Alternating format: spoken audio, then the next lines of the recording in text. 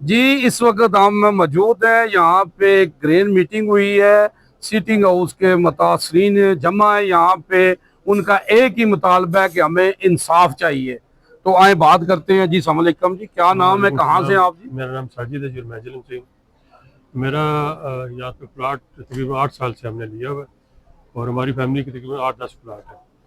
तो यहाँ पे एक बंदा कह रहा था कि ज़िले इंतज़ामिया इस पर कोई हल करे। तो ज़िले इंतज़ामिया के नहीं, ये जो है ना मुल्की लेवल का मामला है। सही। ये वफाकी हुकूमत को इसका जो है ना वो लेना चाहिए साहब।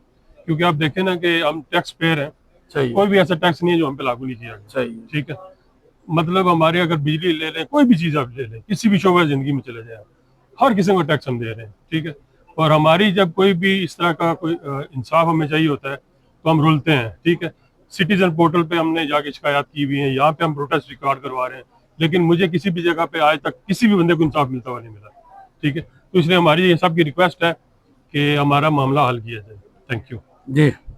जी आपने सुना, जहाँ पे सबका यही मुतालबा है और एक पीसफुल जनाब वो मीटिंग हुई है और उन्होंने यही कहा है कि हमें इंसाफ चाहिए। तो देखें जी, ये माशाल्लाह कानून को मानने वाले लोग हैं और कानून को साथ लेके चलने वाले लोग हैं और इनका एक बड़ा जायज़ मुतालबा है कि हमें इंसाफ चाहिए।